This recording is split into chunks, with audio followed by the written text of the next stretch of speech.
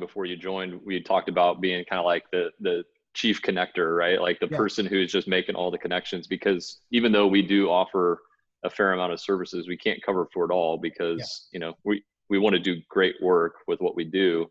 And Yep. so we just need to have really nice partnerships lined up, and that's PR, web development, a number of things. But I think I love your ability to connect with not only partners, but also prospective clients and future talent and basically all of the above, right? Yeah. And to me, that's the fun part, right? I mean, that's where it's not even work, is because I've always kind of done that. And especially after I moved to Kansas City, my first, probably 10 years here were working nights, weekends, holidays at the Star, which was great experience, but not great for building a social network. And then, working at Garmin was fantastic, but it was kind of out in the suburbs. And so again, I wasn't as dialed in as I'd like to be. And so these last 10 years, kind of my second half here in Kansas City, I've been able to build those connections. And it's all built on this idea of how can I be helpful? And what I find is that by doing that, then I'm able to not only, help people professionally, but I become friends with them personally. And so that's where it kind of feels like there's a little more skin in the game on my side, because I'm just like, these are good friends of mine. And so I never want to jeopardize that just for a quick win or a quick scope or something like that. And so I think that's where it gets to be, again, it's more about just being me instead of playing a role. Yeah. Whenever you join Native, can you think of maybe one of the, I don't know, aspects of yourself, or maybe like one of your quirks or, stupid party tricks that the team was surprised to know about, or maybe they don't even know about even today? Well, I think that, I mean, it came up in casual conversations or in questions of the week, but I don't think they understood my passion for karaoke until the holiday party where things were kind of wrapping up, but people were still excited to keep going. And I'm sitting there messaging my contact at the karaoke bar, and I'm like, yeah, we've got a room. They're like, how'd you do that? And as soon as I got there, like, I'm the enabler in chief when it comes to karaoke, where I'm just kind of going around like, you should do this song, you should do this song. And I think they saw all of the energy that they see every day in the office channeled toward connecting now to kind of bringing this show to life. So that was just a lot of fun, and it was a good way for them. Sometimes I worry that, a lot of the times I'm not in those hand-to-hand or head-to-head projects, and so I worry that our teammates don't get to see me face-to-face as much because I'm always out and about. And so I've really tried to take advantage of those social opportunities to let them know who I am. And so, yeah, that was probably the time where they're like, he really, really likes karaoke. So yeah, that was a fun time. That's cool. A second ago, you talked about some of your different job and Yeah. gigs that you had before Native, and you've had some good ones. Which one would you say you look back on and probably appreciate the most, or which one was one of your favorites? Yeah, I mean, obviously Children's Mercy was amazing, and the mission, it's hard to beat that. But I look back and I'm amazed that I got to do what I did at Garmin, where, here I get to be the PR guy for outdoor and fitness. So running, hiking, biking, three of my favorite things. And then when we sign on to become a major title sponsor of a professional cycling team, and my VP comes up to me, he's like, you're about to become the face of Garmin cycling and Garmin fitness.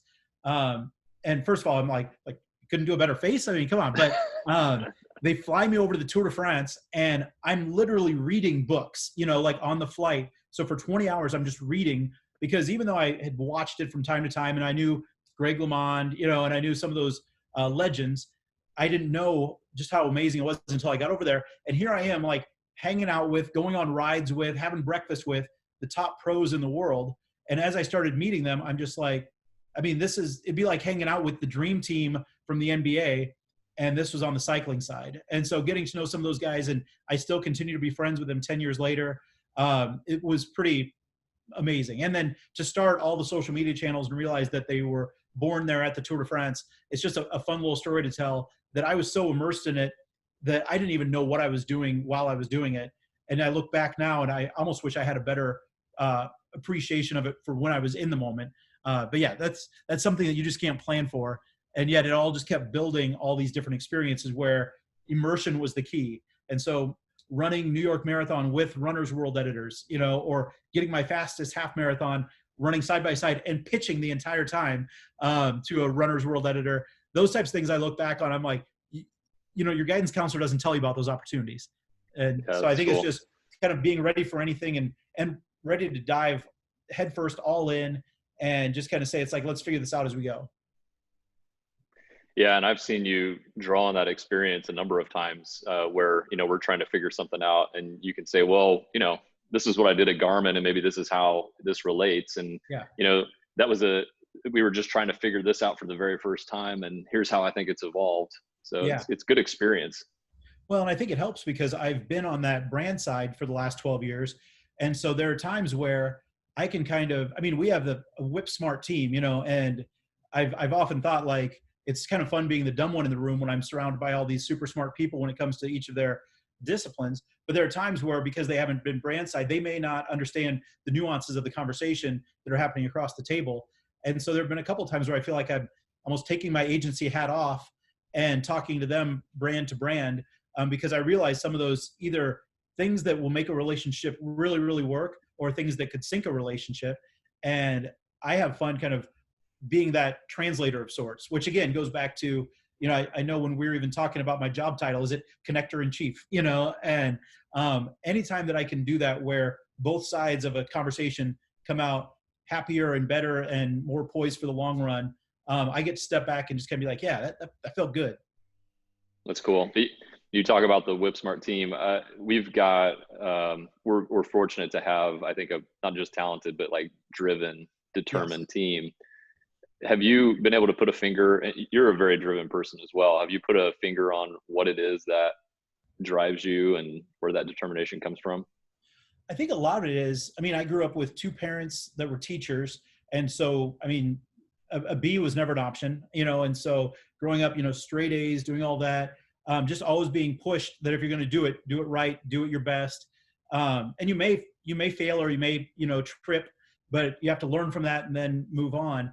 And looking around at the team, I'm just constantly learning from them now too, which is a lot of fun. And so I think it's that instilling curiosity, competitiveness, but not at the sake of someone else, instead of that competitiveness where it's like, let's take the whole team together. And I remember when I was interviewing at Children's Mercy, they asked me for 3 things that I was looking for in my next career path. And I've kind of let this be a good rudder. And one of them was, I wanted to be able to immerse myself in my role 24/7. I didn't want to have to turn it off at 5 o'clock. I wanted to be proud of if I was even just at a happy hour and somebody were asked about, so now I know that I can get as excited about talking about native off the clock as I can on. The second question though, when they asked, I just said, I want to be somewhere that is supportive above, below, and laterally.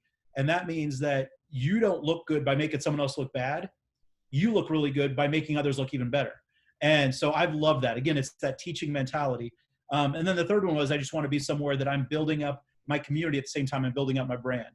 And that's where, when I think about all of the, organizations that we're helping around Kansas City or in their own communities, being able to see the impact they're having there on their community, and we're bolstering that, we're helping empower that, then it checks all those boxes for me. So I think as soon as we're doing all those things, that's what drives me, is that, are we making the community better? Am I making my team better? And am I bettering myself along the process? Because hitting autopilot sounds really boring, and so I think Yeah. it's that idea of keeping on trucking.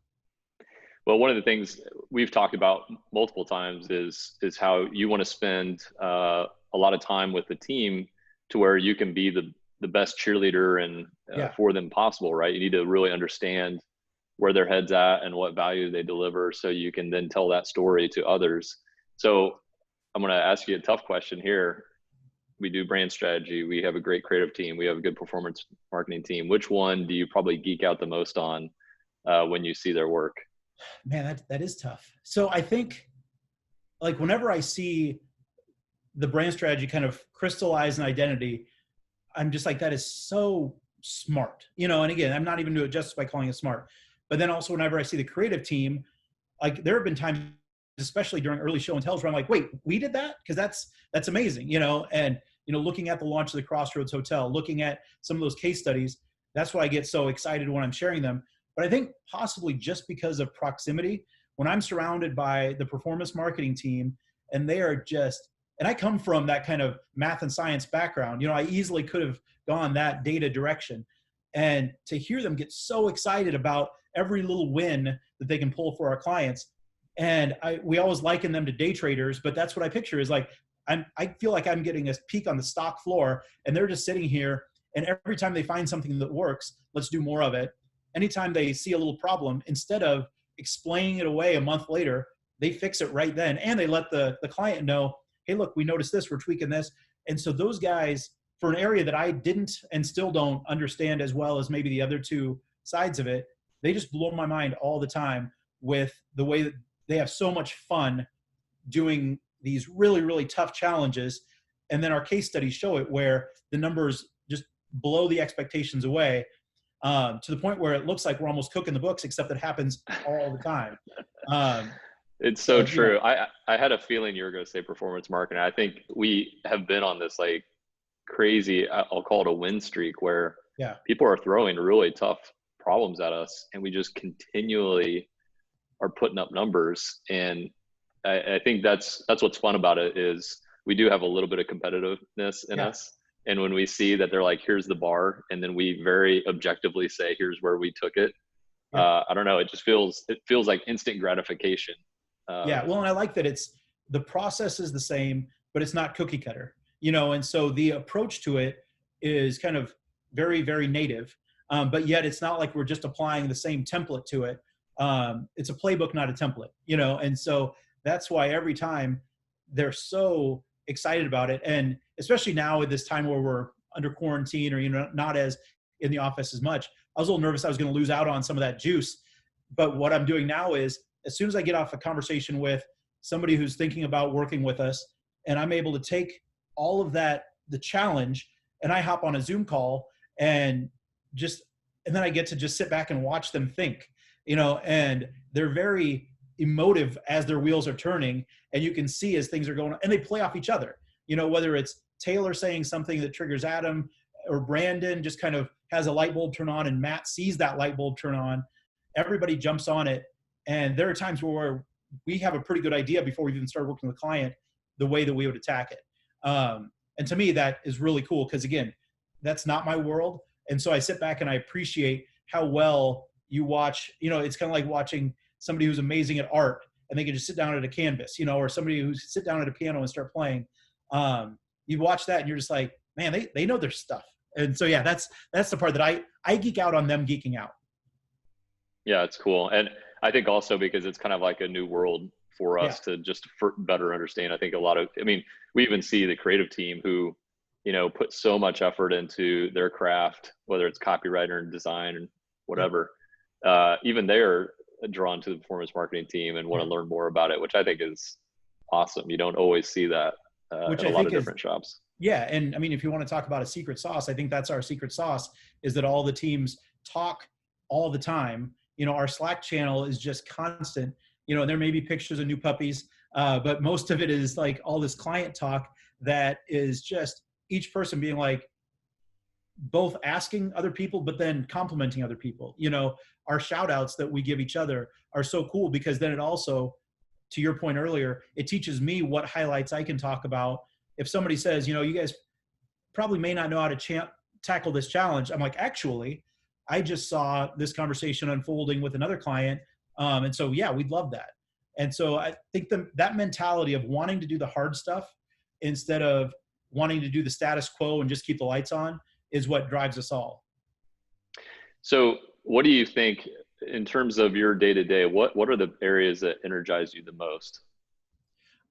I mean, the conversations with people who are looking for some help, you know, and that's where it's a really just good, you know, it used to be over coffee or a happy hour or lunch, and now a lot of it's over Zoom. But at the same time, being able to just hear them out and just talk about it and have that candid conversation. I enjoy learning a lot about it, because I always thought that being brand side, that was the sweet spot, because you get to be fully immersed in your own brand. Well, now I feel like I get to immerse myself in different challenges every day. And it's almost like picking up a new book and speed reading it and getting really smart about something really fast. And there are areas, artificial intelligence, you know, fintechs, things like this, that I wouldn't have ever thought of myself as an expert. And I'm still not, but now I'm widening that mile wide, inch deep. And because I am not a self-proclaimed expert in those areas, I get to ask the questions. And like I said earlier, as a lifelong learner, you put me in a room with an industry that I'm not familiar with, instead of being intimidated by it, or instead of, wanting to end the conversation as quickly as possible, I'm sitting there asking all the questions because I'm like, that's cool. Tell me more about that. So yeah, it's easily those conversations. I mean, I love seeing our team work, but more so I like hearing people tell me how they think we can help. And it's been really cool just in the, I mean, it's amazing. It's already been a year, but hearing all the people who just come up to me and say, I've always heard Native Digital is really smart. Do you think they can help? And so being able to represent the entire team at any given time, I can find myself drawing on, Christian's artistic genius, or Chris's just quick wit with wordsmithing, or the performance marketing team. And I'm able to draw on each of the people's strengths, and I get to convey that, which is really cool to be able to, it is almost like this superhero team where you get to represent the strengths of everybody on board. You you get a kind of frontline view of kind of matchmaking of what clients and what challenges that they're facing are good fits for our team. How would you characterize what a good fit is, or maybe why do you think certain clients choose us to help them out?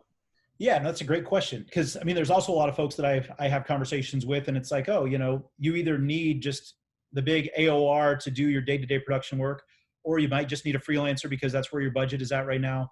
I think that when they have a specific problem they're trying to tackle, whether it's launching a new location or a new campaign, or doing a brand refresh, or trying to figure out how to do more lead gen, community growth on social, when it's a specific problem and they come and they talk to me about it, and they already have some in-house capabilities, but they also know they have some gaps in-house, then that's when our team just plugs in so well and says, it's like, all right, we can supplement and we can even educate and empower your in-house team in a non-threatening way.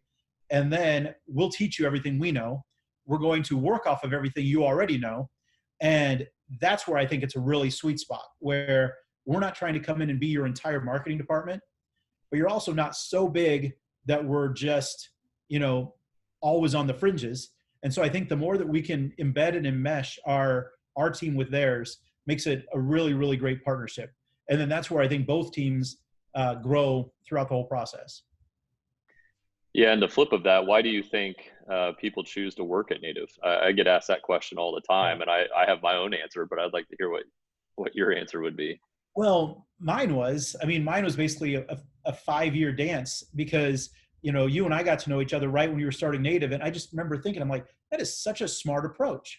And so I was a fan from day one. And as I watched Native grow and I started to see some of the people are coming on board, and I was like, this is just amazing talent, even though there's only 6 people on the team, and the outcomes, would never make you think that it's that small of a team. And then as it grew to 12 people and then to 15 people, I just kept watching. And I'll be honest, like, there were people who were encouraging me to do my own thing, to do my own agency or consultancy.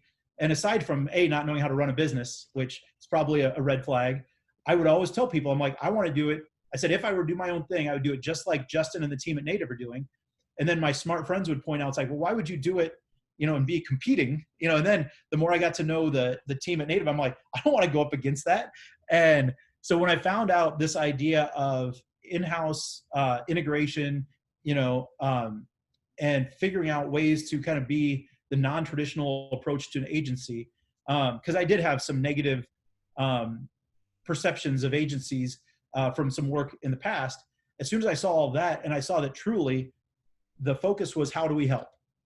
Then I was just like, all right, this is a team that I think that I can add value to, even though I don't have agency background, and that I think I can learn a lot from, even though I'm the oldest guy in the room, and so having that dynamic of being able to help the team, but also have the team teach me a lot of things, that was a big draw for me. And then once I started meeting some of the folks, then I'm just like, to be able to work alongside these guys, day in, day out, and to be able to represent their work in the community, it was a pretty exciting thing. And so I like that we're lean. I like that Um, Everybody on the team has just their own, great strength that they tap that plays well with everybody else. And so being able to be a part of that is pretty amazing. And, even when people ask me the same type of question, why native, I'll give them this whole spiel. Like, I feel bad for them sometimes. So I'm like, hey, you asked, and I'll just start just going into it. And that's when they're just like, man, I didn't know that much about you guys, but I knew there was something cool going on over there. And so I think that's one of my kind of another part of my role this last year has been shining a brighter light on all the cool stuff we're doing and going from I've heard good things about native to these are the good things I've heard about native. And then that's why I feel like we're doing our team justice. Yeah, that's awesome. So this was an interesting year for a lot of reasons, but one of them was that we turned 5 years old. Yeah. We hit our fifth anniversary like during quarantine, which is an awesome time for that. Yeah. But if you think back about the past year that you've been here, or even maybe before, being basically a friend of Native, but even Yeah. before you joined, are there favorite moments or favorite stories that you share more often than others? I mean, the San Jose case study, I mean, I was a fan of that before I, ever signed on. I mean, I could tell people that case study verbatim before I was even employed. Um, Crossroads Hotel, I mean, that was another one of those where I saw that the growth and the birth of Crossroads Hotel, and I was just blown away by just how awesome it was and how everybody was talking about it. And then when I found out that you guys, now we were the ones behind it, then I was just like, it makes sense, that grassroots approach and community building. So those are two big ones. But still, even every time I find a new case study to learn about, then I either already knew that there was good work being done there, or else it's just fun to take a few layers of the onion off and be able to see them back. But those are probably the two that if I'm sitting having a conversation with somebody, back when we were able to go to conferences, if I'm sitting at the, conference bar and somebody asks, so tell me a little about what you guys do, I'll pull those two case studies out of my hat and be able to just be like, let me tell you this case study in 5 minutes. And it amazed me that I think it was my second month of working at Native when I presented in Atlanta and did the San Jose case study. And it truly felt like, I was able to represent our team just because I'd been such a big fan for so long. Yeah, that's cool. So in that 5 years, we started with one person in their basement. And now we've got a team of 25. Yep. And it wasn't one client that took us there, right? It's been kind of brick by brick as we've grown steadily. If someone asked you, hey, what was the key to that steady growth? What would you say? What do you think it's been? I think it's growing responsibly and not getting out in front of our skis. Like you said, it would have been really easy to, land a good sized client and then double the size of the team. But then we would have also had to face some tough decisions that as things kind of plateau, because even though our growth has been kind of a nice steady growth, client work doesn't always represent that. And so I think it's been this really responsible way of looking at it. And really disciplined and being able to say, it's like, all right, we're not going to get so excited when we sign this one. We're also not going to get so stressed out when COVID hits. And instead, we're just going to look at how we can best maintain the team. And I think we're not trying to hire just for hiring's sake. I think we're always telling people not to chase vanity metrics on social media. Well, I think that sometimes people could look at jobs as vanity metrics. And we probably could have hired 5 or 6 more people in the last year, but the ones we did hire are such all-stars that we hired the right ones.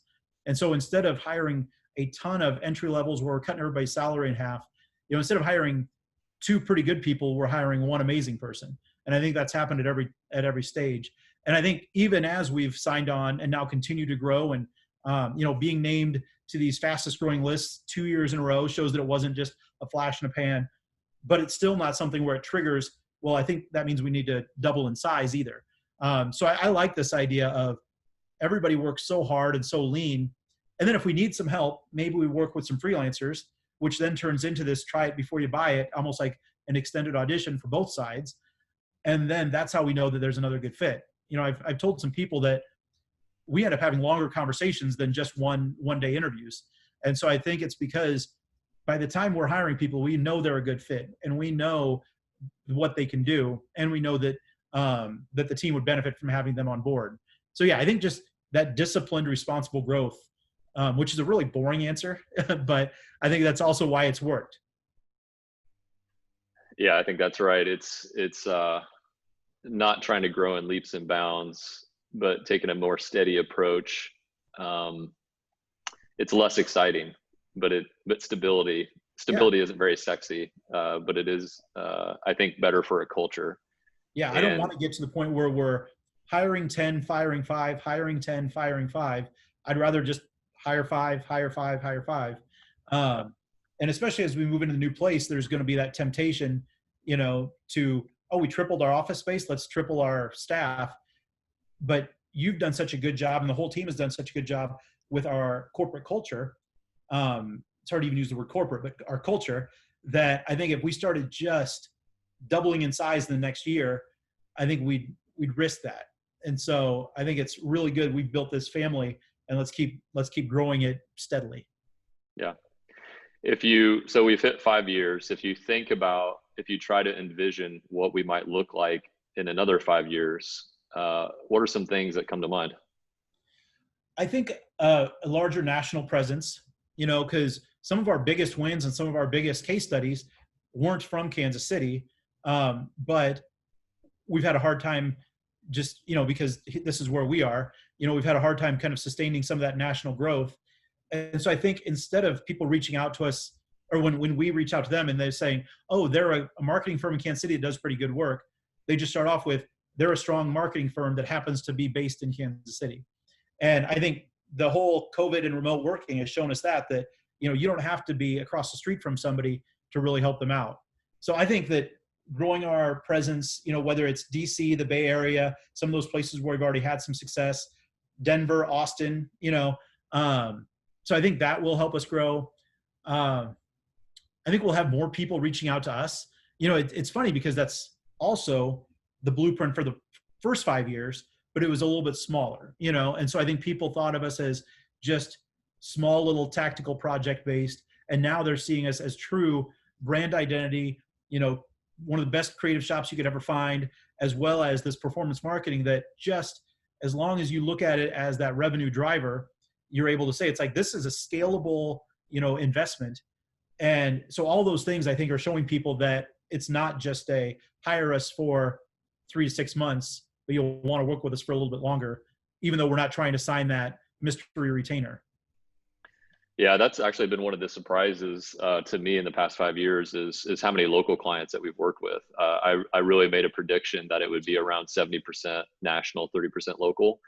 And what happened was the word of mouth in Kansas City just spread so fast Yeah. compared to nationally. So it's still nice to have those national brands in the roster, but it's been a surprise, frankly, to have the local brands come walking through the door because they talk to so and so in a completely different industry, but Yep. maybe they interact in a different way, or maybe they're neighbors. I mean, it's small town Kansas City in some ways. So Well, that has been a nice surprise. yeah, I I mean, think in it some felt so ways. good at American Royal, which was, right when I had announced that I was coming on board, and you and I are walking around together, and everyone's just stopping us to tell us how excited they were that we were going to be working together, and they were just telling me how great Native was, and I'm like, I know, and so yeah, the reputation is there, and so it's just again showing people it's like, all right, yeah, this is why we could be a good fit, and not just somebody that you happen to think of does good work, but how we could help them out. So I think that's where it'll be,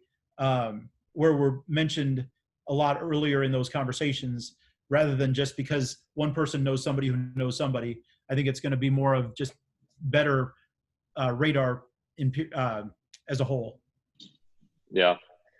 What do you think about the new office? I'm excited. I mean, like, I love where it's located, whether it's, Messenger Coffee.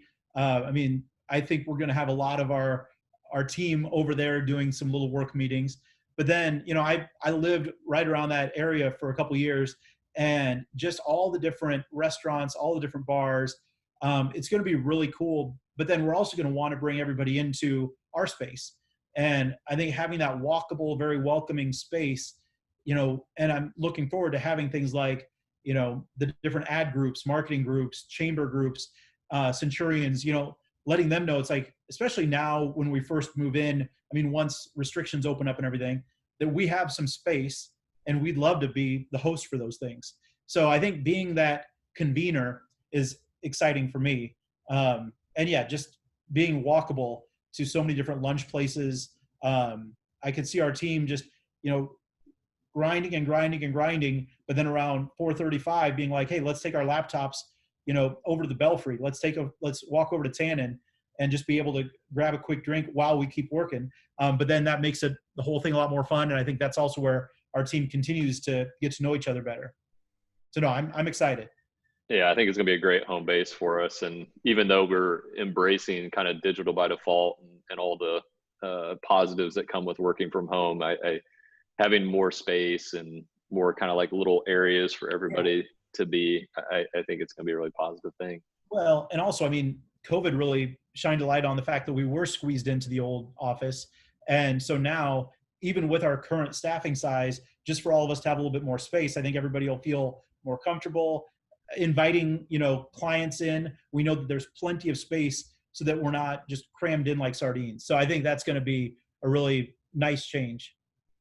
Yeah, for sure. I think the way we work is forever changed. And I think that in some ways you could look at the new space and say, oh, this is not a good time. You shouldn't be getting such a large office space at a time like this. I think if you can, you should. And Yeah. that's one reason why I'm excited about it, is just having more space to stretch out. And I think it'll probably forever change the way at least our company works. Yeah. So I think it'll be a good thing. Yep. No, I'm excited about it. I think the future is bright.